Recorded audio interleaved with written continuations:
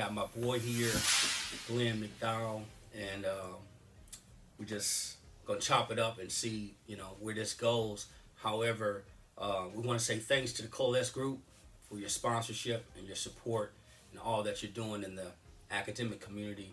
And we just say thank you for allowing us to tag your name and be a part of the team. And so, without further ado, this is Glenn McGowen, and he's local, and he's going to tell you more about himself. But before we really get into that, I just want to say thanks, bro, for coming in and sitting down with me to, chop it up, but also give some information that I really believe is going to be instrumental to those that are viewing and those that are listening.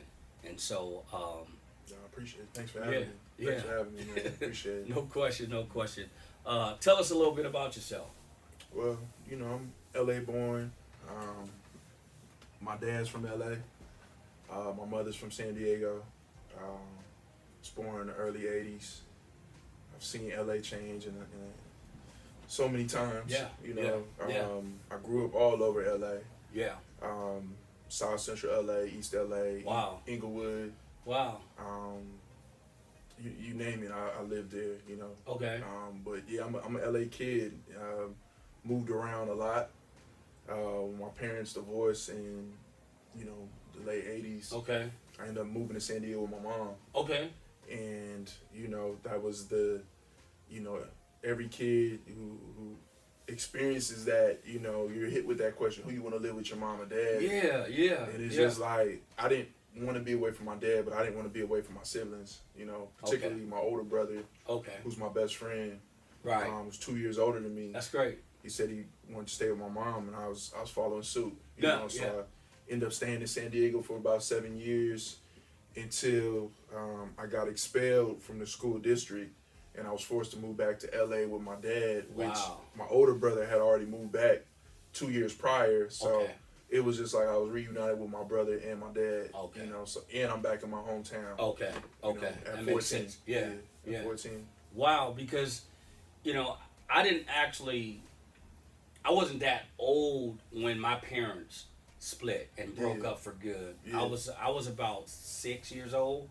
I was 7. Yeah. So that choice wasn't really given to me and my brothers. However, I think about how things are now with me and my ex and my children as it related to them being with the mom. Especially, I got 2 boys and a little girl. So it came up a few times as it related to, hey, why don't you guys come and live with me? Yeah. You raise the baby or whatever. However, it didn't really work out like that. The kids stayed with her. So, I mean, for you to be so young and attached to your brother in the way any younger sibling would be, to not only want to be with him, but also be nurtured, continue to be nurtured by your mom. Did that dynamic change once you did leave the nest and go back with your brother and your father? How was there a difference in how they were raising you? Oh, completely. My mom, after my mom had 3 more of my siblings. Okay. And it seemed like it was a pattern. Every 3 years, my mom was having a child. Okay. Me and my brother are the only ones that are 2 years apart. I got you.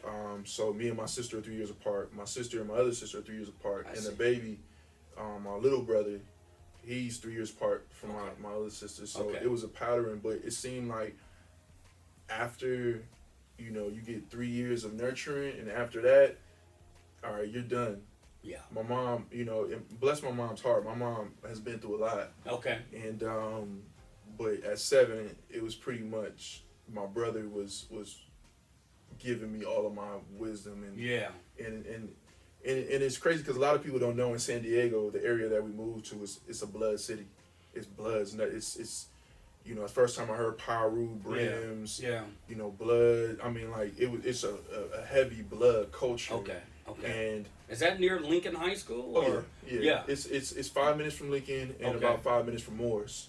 Wow. Yeah, I'm right in the middle, but more on the Morris side in that area because that was my first time. I'm thinking Bloods are united, but there's a city divided with a gang of blood gangs that are beefing. Is that right? Beefing. Wow. Because that's unheard of here in L.A. Well, it's different times now. Yeah, different times. But back when we were coming up, in the 80s. They were united because they were small in numbers compared to the Crips. Yeah, and it was kind of like, there's a lot of Crips too in San Diego. Okay. But, I mean, that culture was so influential. Wow. Super influential. I mean, just on my street alone, I had like 2 of the hardest Bloods that in the city. In that city, okay. And I had a hustler on my street. So the influx of gangsters coming on my street, these were like the guys that I was, interacting with every single day. My best friends. Wow. People like that I still talk to this day. Yeah. You know what I mean? Yeah. And it was kind of weird too, man. Like, the year I moved to San Diego, my mom and dad split for good. It was the year my older cousin was killed on a bus stop in L.A. Wow. On La Brea and Coliseum. He was gunned down, and from my recollection in going to his funeral, my cousin, who lived off of Angeles Vista in Edgemar, it was just evident that the people that he hung around were Crips. The Overhills. You know, and it was like people at his funeral, and there was a gentleman who pulled me to the side and was like, oh, killed your cousin, was just literally like putting seeds in my head that Bloods are bad at the age of 7. I got you. So when I moved to San Diego and we moved into this neighborhood, Bloods. I'm up here like, whoa, what's going on here? Yeah. But like I said, these guys turned out to be family. Like growing up, my dad's not around. These are the guys that I'm looking up to. Yeah. These are the guys that are taking care of me. Right. These are the guys that are it's a brotherhood. Yeah. Yeah, and it's crazy because when I think of you, I see you in this environment to where your peers are looking up to you. You're an outstanding athlete. You're one of the best, if not the best player in the city, including CIF. I mean, what you were doing as an athlete was noted. And now you got a different environment, but yet you're being looked up to as you once did look up to the people that were in your neighborhood. Because I learned this a long time ago. Some of those guys that were in the streets, they coveted the athlete or the younger kid. They were our big brothers because they wanted to see us on the right track. Absolutely. But a lot of people don't understand that dynamic because they just think, okay, if a guy is out there gangbanging, he's gonna slaughter everything in his sight. And it's not really like that because they actually have protected. And I'm not glorifying gangs, but these are human beings. Man, what society sees is the savage that America has turned these gangsters into. Okay. They're looking at the outcome of, and that's just a certain area when it's time to turn up or it's time to go to war. They're looking at the soldier. They're not looking at the brother, the cousin, the uncle, the friend, the nephew, the one who's doing kind acts all the time. Yeah. They're not looking at the one. Like, I had plenty of like I was very blessed and fortunate to have older friends that were in gangs when they saw me going in a certain direction. And there was a time where I was getting ready to go to the dark side. Okay. But I had friends and I was blessed with these gangsters to pull me to the side and say, you do the right thing. Yeah. You're special. Yeah. Leave this gangbanging stuff to us. Right. But you got to do something else. I've lane. had those conversations. Oh, that's great. And it's crazy because if you hear that message from somebody who you can't connect with, it goes in one ear, out the other. But if you're sitting here talking to somebody who you connect with, somebody that you understand, and they tell you that, you're going to listen. Yeah. You're going to listen. Yeah. You're going to listen. Yeah. And I was just blessed and fortunate enough to always have that seed put in my head by my older friends who were in the streets saying, do something else. Right. Do something else. And that's great because it really leads me to this question. Now, understanding the hardships that you had to face along with your siblings, and a lot of people don't even understand the overwhelming impact it is for a kid to see their parents split up for whatever reason it is. Just period. When the family is split up, that does something to the whole tribe, right? Yeah, for sure. And now we fast forward. You're in Los Angeles. You're experiencing these different things. You've developed into this great athlete. What was that like? What does that look like for you, developing a love and a passion for a game, and then, here we are now, to where you are, because everything about your company, and I'm gonna let you tell us about, what you're doing actually, but I think it ties into who you always were from the start. So what was your athletic experience like, when you started to play and develop? Well, I tell people all the time, my first love was the NFL, football. Okay. That was my first love. I wanted to play in the NFL. Wow. My dad was surrounded with, professional athletes. Okay. My older cousin played in the NFL. Okay. And we were just always around guys that played in the NFL. My dad was a runner for an agent. Okay. So he was pretty much, doing the deals. Yeah. The under the table deals. A lot of recruiting. Yeah. Exactly. Yeah, he knew and talent. He did. And my older cousin, his name was Glenn too. Glenn Collins. He was a first round pick. Okay. Out of was it Mississippi State or Ole Miss? One of the schools. Okay. Because that's what my dad. SEC, man. Yeah. It's major. Yeah. So there's this guy named Don Rogers who. Number 7. Exactly. A beast. Yeah. Strong safety. A monster. So he was like family. He used to come to the crib. Yeah, come to the crib. So passed away of a heart attack, right? OD. I watched him. I watched him for many years, So that was my reality. Wow. My first sport was football. Okay. My first Pop Warner experience, my dad didn't want to go through 2 separate practices. So he said, either you play 2 years up. Oh. So Wow. 7 and 9 years old, that's a huge difference for Pop Warner. Yeah. So I was the only 7-year-old on my Pop Warner team getting knocked around, but that made me tough. Okay. And all of the older kids respected me. Of course, because they knew you were younger. That I was the baby. You was the baby. But wow. So I was the only 7-year-old playing with 9 and 10-year-olds on the team. Okay. And I by far the youngest. And that was unheard of. Wow. My mom was mad at my dad, and my dad was like, nah, he's gonna be tough. Right. So when my mom and dad divorced, my mom didn't let us play football no more. Of course not. Yeah. And that really messed me up. Wow. Just imagine a kid wanting to play in the NBA. Yeah, because that was your dream. That's my dream. That was your love. You was passionate about football. I was very passionate, and basketball didn't come natural to me. My brother, on the other hand, every sport he touched, he was a natural.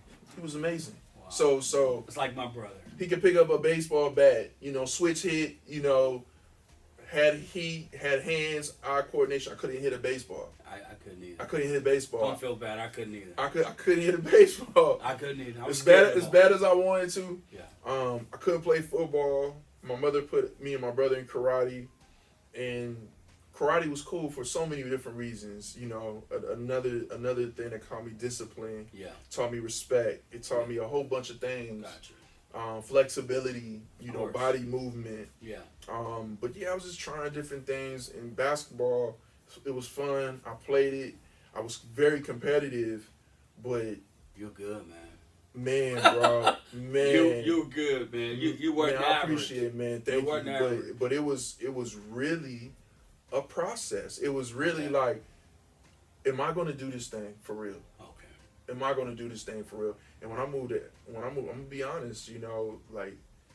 I got caught up in the wrong crowd in San Diego. Okay. And it wasn't like, oh, I'm gonna join a gang. It was just like, these are my brothers. This is who I'm with. If you guys have a problem with them, you got a problem with me. Right. And it just started getting ugly.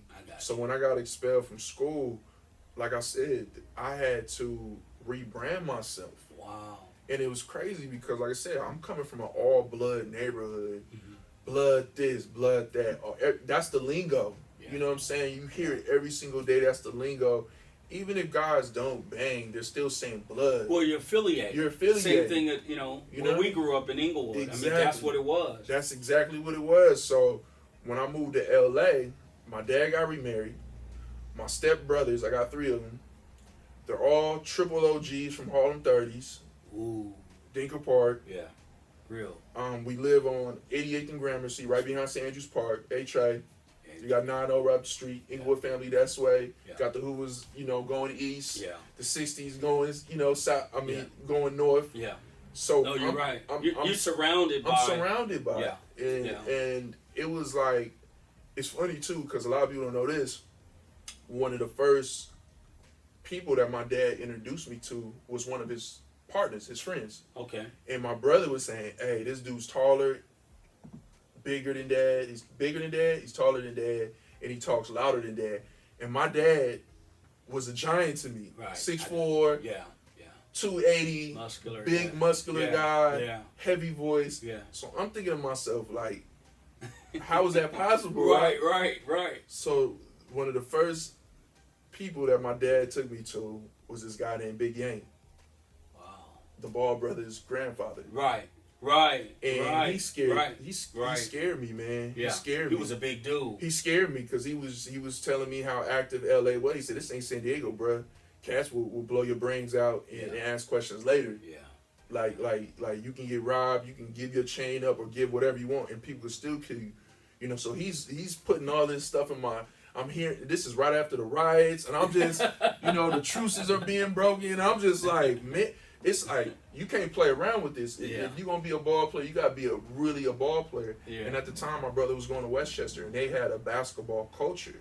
Yeah. And for those years that he was gone, he would call me in San Diego and try to, my brother he was so ahead of his time as far as wisdom. Right. Okay. I don't know where where I would be without my brother, but my brother used to tell me, why don't you use that aggression in the streets on a court?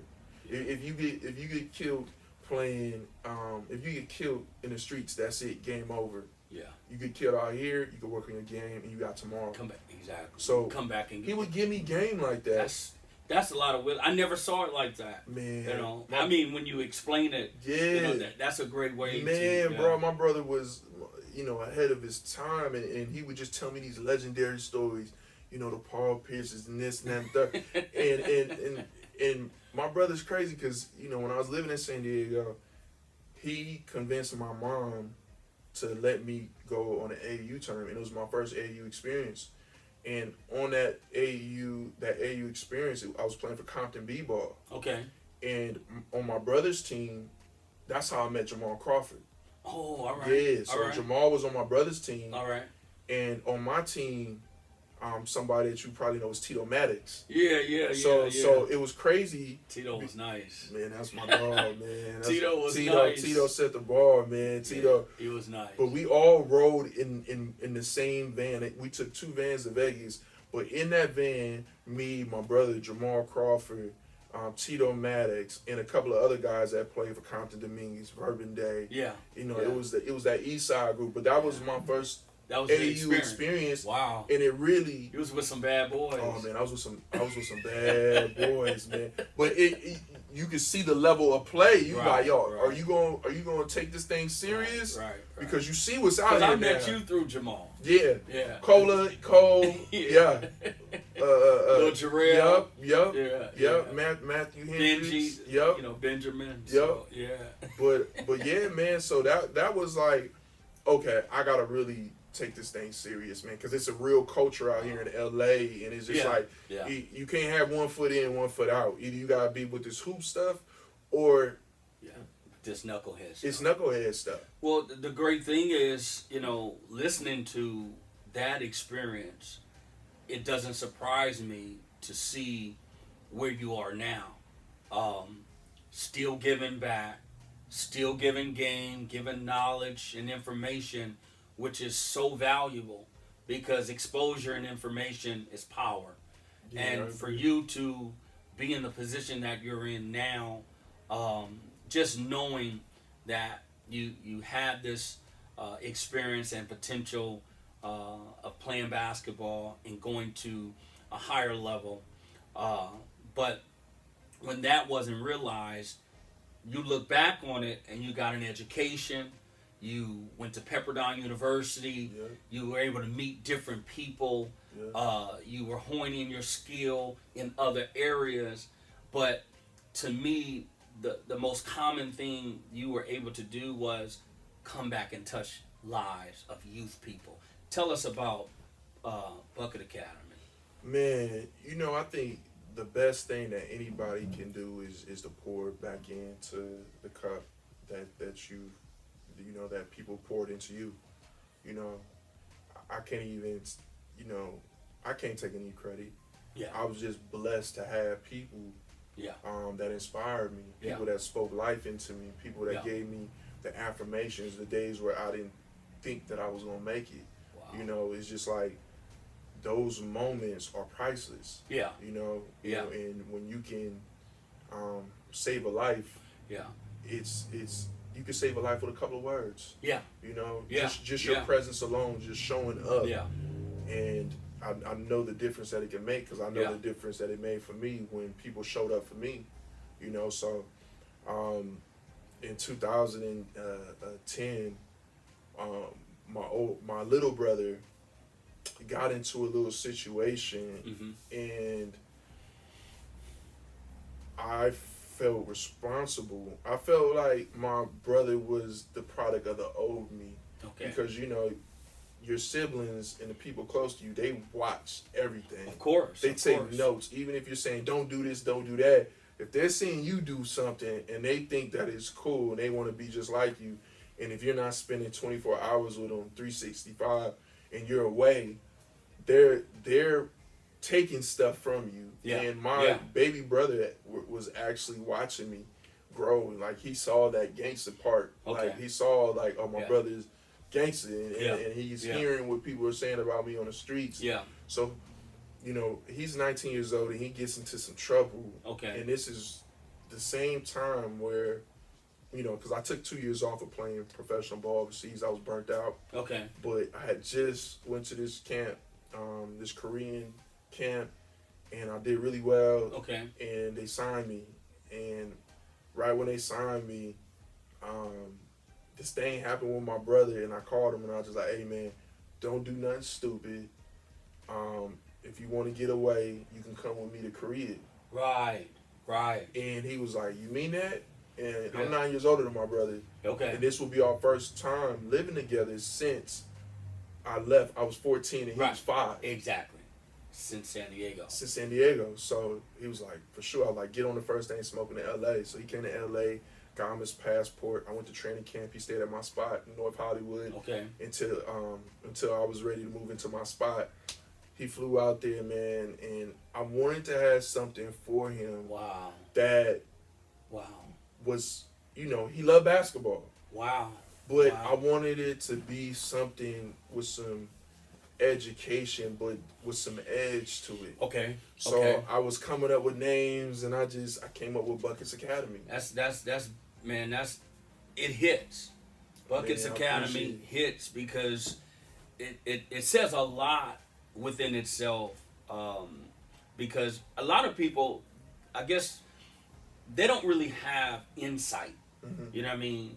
And even if I didn't know you, I could grab something from your company's name and get something totally positive out of it. Appreciate it, brother. Because when I think of Buckets Academy, I think of something that's actually being put into. You're making a deposit. Mm-hmm. And then of course any level of academia is important. Yeah. You don't have to have a bunch of degrees and certificates. Not at all, man. But you should have information. Absolutely. Right? Important information. Right. So you're pouring, or you're challenging us to pour something in. Yep. Make a deposit. Yeah. There's an impartation. Buckets Academy is making an impact and an impartation to whomever, because we've made it available for you. That's exactly what it is. And it was just like, okay, I'm gonna teach you this basketball game, right? Yeah. Yeah. Getting nice, it's not complex. Right. You work on the fundamentals, Yeah. and then you let your natural talent. You play against other people that are better than Yeah. you. Yeah. Yeah. And you're a student. You keep learning. You keep studying the Yeah. game. You keep working on your game. Repetition. Yeah, it's Yeah. not complex. It's Yeah. not easy. Yeah. But it's not complex. It's not rocket science. It's not. It's not. But the mental game. Yeah. You know what I'm saying? Like decision making. Yeah. You can't, all right, I'm going to do this, do that, and go do something else because you're not going to put yourself in a position to even get on the floor. What a lot of people don't understand is to strategize and get yourself on that stage with the best players in the world. Yeah. That's the hard part right there, to strategize. And once you're on that floor, is to sustain that. Right. You know what I'm saying? Be successful. To be successful. Yeah. And a lot of people don't understand. They just think, oh, get nice. And it's just like, nah, let's back up. You're on the clock. You're on the clock. Dudes don't realize that. You are on the clock. You're on the clock when these guys. Let me turn my phone off. Sure. When these guys are actually on these rosters, you could be the 12th man. Mm-hmm. You could be the 14th man, the guy that's dressing every. He's not in uniform, but he's traveling, but he can get his number called. Next game, you got to dress out and be ready, right? What if they throw you in? Now they throw you in, it's like, even though you haven't played in 16 games, Man, you haven't played all year, they expecting you. You got to be ready. Am I right? You got to be ready. It's a lot of pressure. You got to be ready. But, yeah, man, to piggyback what you said, like, you just got to be, a good human being. Yeah. At the end of the day, a good Yeah. human being. A lot of us ball players are using basketball as therapy. When we get on that floor, we forget everything else, and we've been through some serious trauma. Yeah, we have. We've been through some very serious trauma, and when basketball doesn't go right for us, our therapy is being compromised, and now that's when you start seeing players like flip out because something that has been there as therapy is being tampered with or played with, and that's where the mind game comes in. I was telling my brother, I said, look, basketball is about mind games, mental. You're going to have coaches that are going to want to do this just so you can react like this. Yeah. And you got to know that. Yeah. And you got to know that. And that goes with people in general. So we would read books. There were movies that I wanted him to watch. I would give him homework assignments that he enjoyed, though. Yeah. He would do work. I would pay him. We opened up an account. We started learning some financial stuff. And this forced me to grow up fast. I was 29. I had to grow up like, all right, look, all that stuff that my brother's about to live with me. And when he came to Korea, it was just like he's watching every single thing that I'm doing. Right. So I had to step my game up. Wow. So you were learning in the process. Absolutely. On how to be a more accountable person. Absolutely. To be a significant older brother. Yep. So when I think of Buckets Academy, I think of a holistic resource that you're giving to a community that has a need, right? Mm-hmm. And then it makes sense. I'm listening to how your youth and childhood was. You evolve, move out of that location, come to Los Angeles, totally different dynamic, similar. But different, and then you're still a young person, and now I'm looking at Buckets Academy, and I'm saying this is a youthful project. Very youthful. That's an ongoing program. So Buckets Academy has a lot of components that we need in society, especially among urban folk. Absolutely. Whether they're young people or parents that are trying to figure it out. Yeah. It's unique how you were being trained on every level, from your teenage days to raising your young brother. Yeah. On foreign soil. Yeah, on foreign soil. And making that kind of deposit. Man, and it felt great because it was to see my brother at a low point like that, and to build his confidence back up. Yeah. To come back to California to go to Oxnard College, Wow. see him knock off the #1 JUCO in California, buzzer beater half court, to see him Wow. like mature. Mm-hmm. And you know, I'm not gonna say it was a easy transition, but course you know, not. my brother, you know, he made some decisions. You know, like basketball, and that's the thing too. That's the thing too. You could want something so bad for somebody, but if they don't want it, and if it's not for them, you can't force it. But I'm grateful that we were doing. You know, we had cameras, a cinematography, Right. photography. Right. Learning how to work the Adobe Creative Suite, Wow. you know, Wow. from Illustrator to Photoshop to Premiere, Wow. to knowing how to put together a newsletter, to do inventory, even with Excel, you know, Yeah. learning Yeah. how to use Word, Excel, Yeah. writing, reading. Wow. I mean, it was a curriculum that like you said, holistically.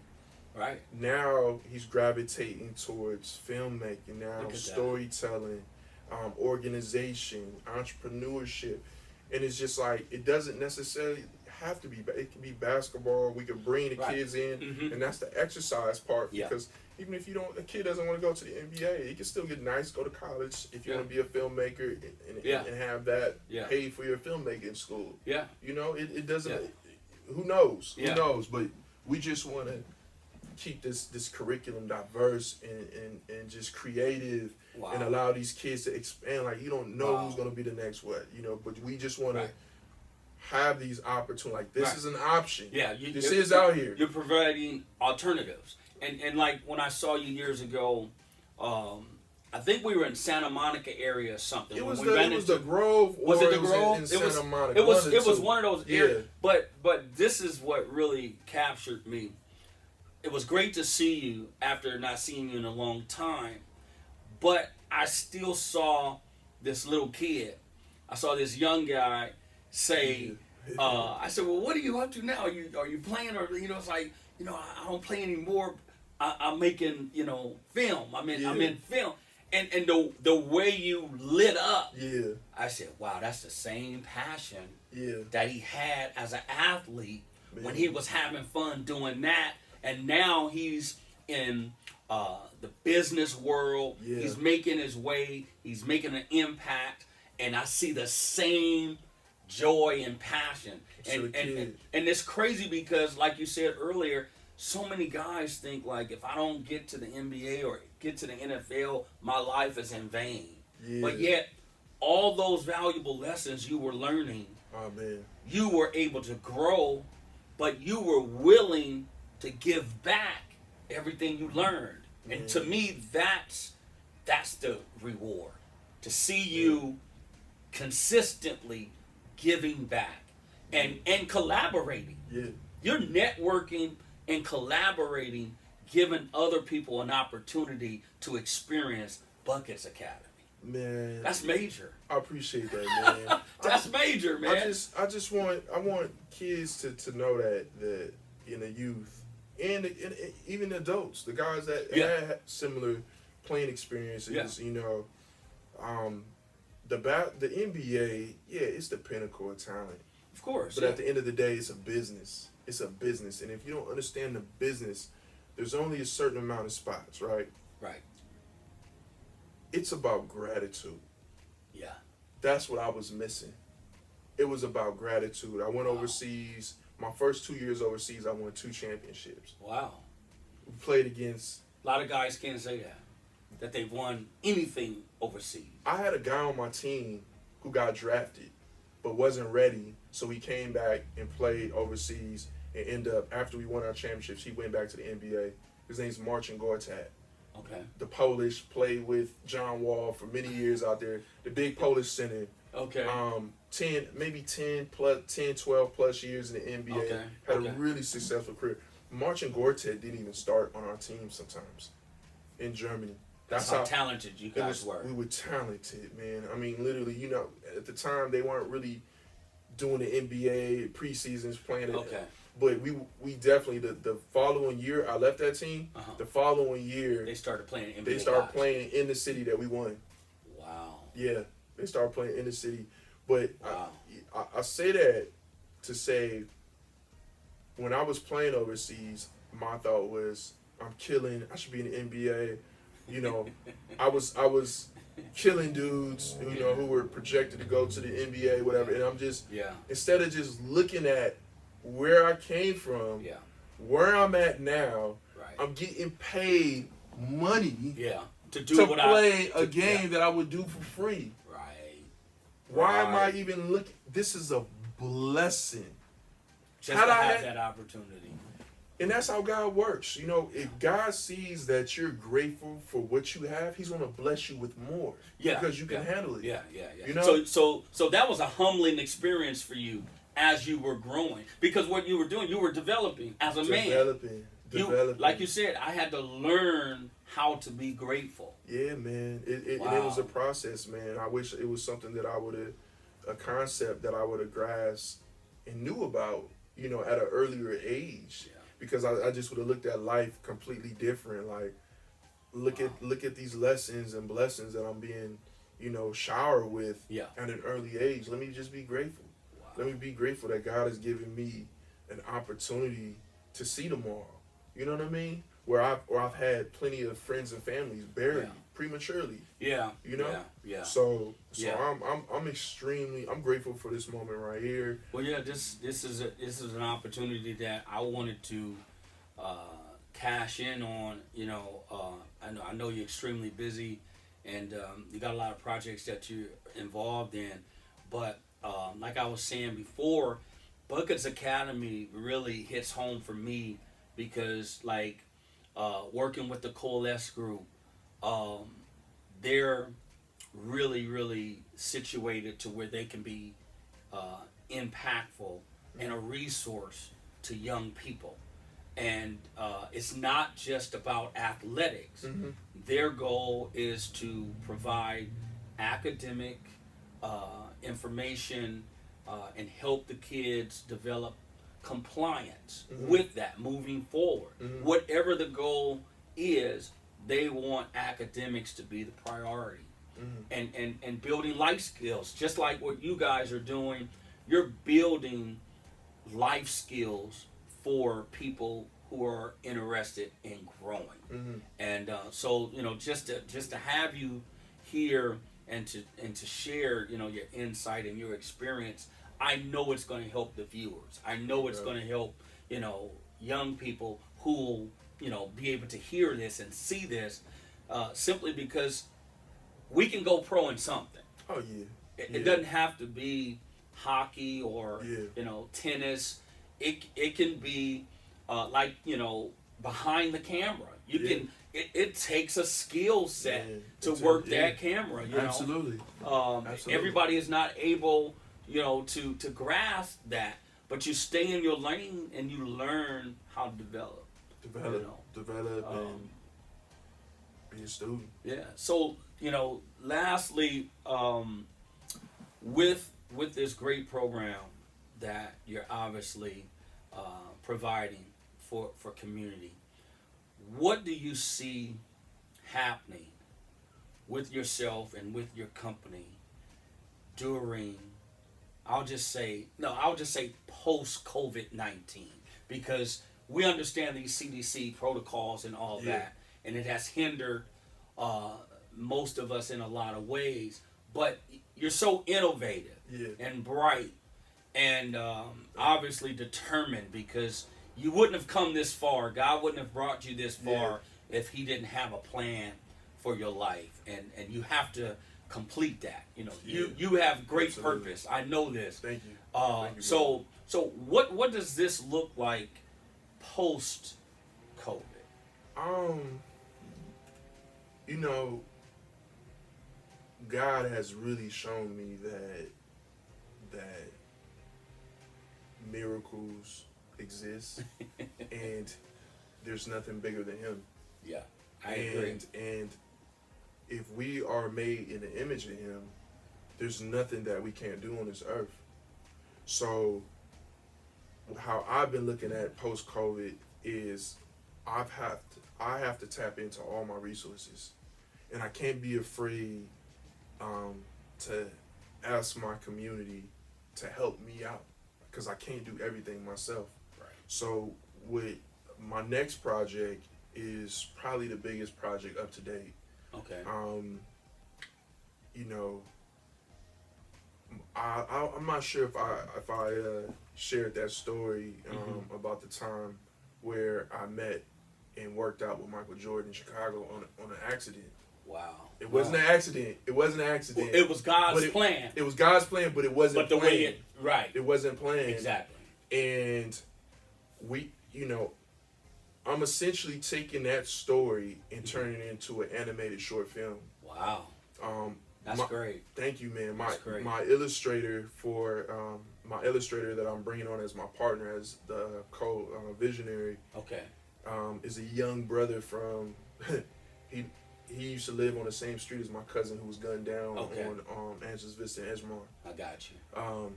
He's worked for Disney, Pixar, and last Netflix. Skill. So I've just partnered up with him. That's great. And we're working on a short animation series essentially about the story I just told you about the kid heading down the wrong direction. And was removed by God and put in a completely different situation. And given a gift. The basketball. And it's just showing what 10 years, because it was exactly 10 years apart from me moving to LA, from me being in the gym with Mike in Chicago. So we're turning that in, and we're talking about, since we're doing it independently, we don't have to worry about trying to hide the faith. Like, we're talking about this is faith. We're talking about gangs.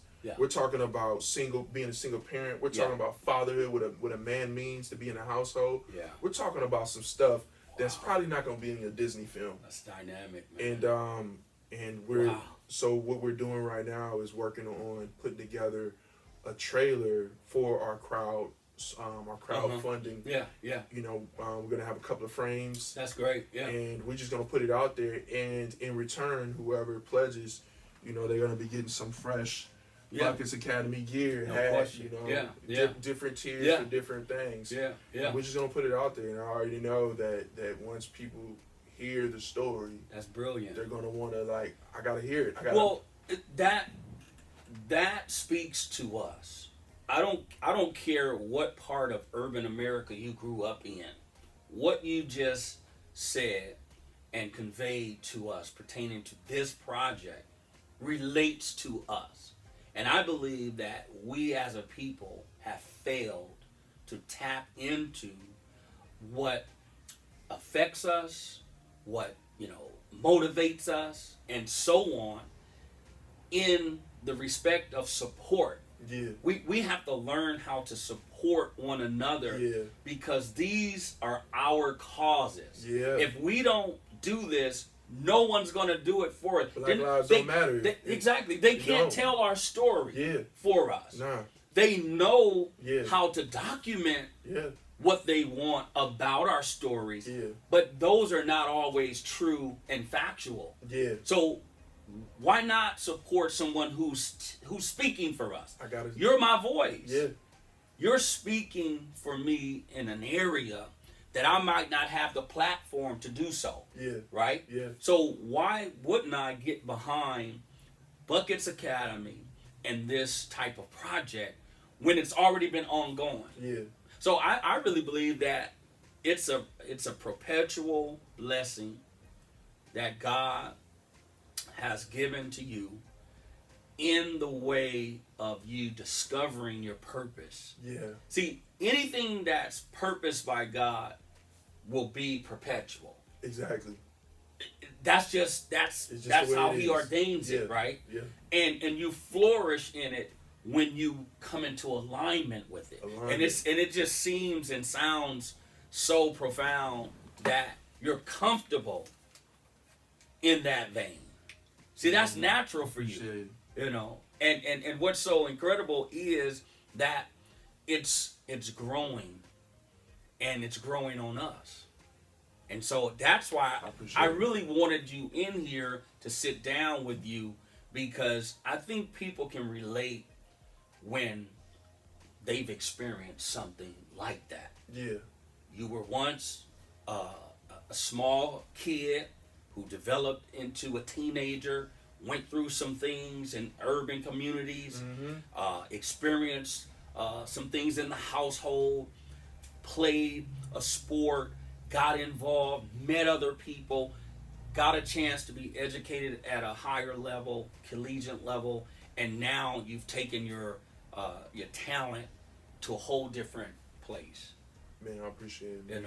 And that means a lot to me. That you would take the time out, to come and share and encourage us, because I know for a fact that not only will this not be the last time, but we're going to hear more and more about Buckets Academy, because it's spearheaded by people like yourself, where it means something. See, a lot of people do things, just for the dollars, and I'm not mad at that. I mean, get your money. I want everybody to get paid. Yeah. But can you have some passion behind it? Yeah. Can you care? Oh yeah. Can you stand behind your product? Yeah. And I think what you're doing is a huge level of intervention. Man, thank you, bro. You're saving people. Thank you. Parents, single parents, youth. That's what it's about. And we need more of it, So, as we close this segment, man, do you want to, kind of throw something to us to let us know how to find you, how to, stay abreast with your progress, how we can get your product, how can we get, some product from Buckets Academy, We're getting ready to, on the 22nd, we're getting ready to release the crowdfunding video. Okay. It's going to be on bucketsacademy.com. Okay. I'm Buckets Academy on every social media handle, Twitter, Instagram, Facebook. Great. I'm Buckets Academy, everything. Great. But on the 22nd, we're going to be launching our crowd funding campaign for this animated short film. Wow. And we have we're being consulted by a producer for The Simpsons show. She's been a producer for 27 years, and she's a sister. Okay. You know what I'm saying? So we already have the team, the animation, the illustrator people. We have our consultant. I'm going to be directing and doing the voiceover. I'm starring as the main character. Good. And it's an amazing story. It's an amazing story. It'll be my first time doing the voiceover, but Buckets Academy, everything. Just look out for Buckets Academy, and when you see the, support it. Even if you can't support it, with your dollars, you can still support through sharing. Telling a friend, or just keeping the momentum going, because we know that this film is very important for our culture. It's very important. It's going to be a household film. Man, I'm looking forward to it, and again, Glenn McGowen, great former athlete. Obviously he's still in great shape. Oh man, appreciate it. But the content that he has provided and the information that he has given is noteworthy, and he's on all these platforms for us to tap into. I know I'm a tag, and I'm gonna definitely be supportive through what we're doing, and any kind of way we can help push it, we're gonna push it. I appreciate it, brother. Thank you so much for taking time out. Appreciate my man. My God.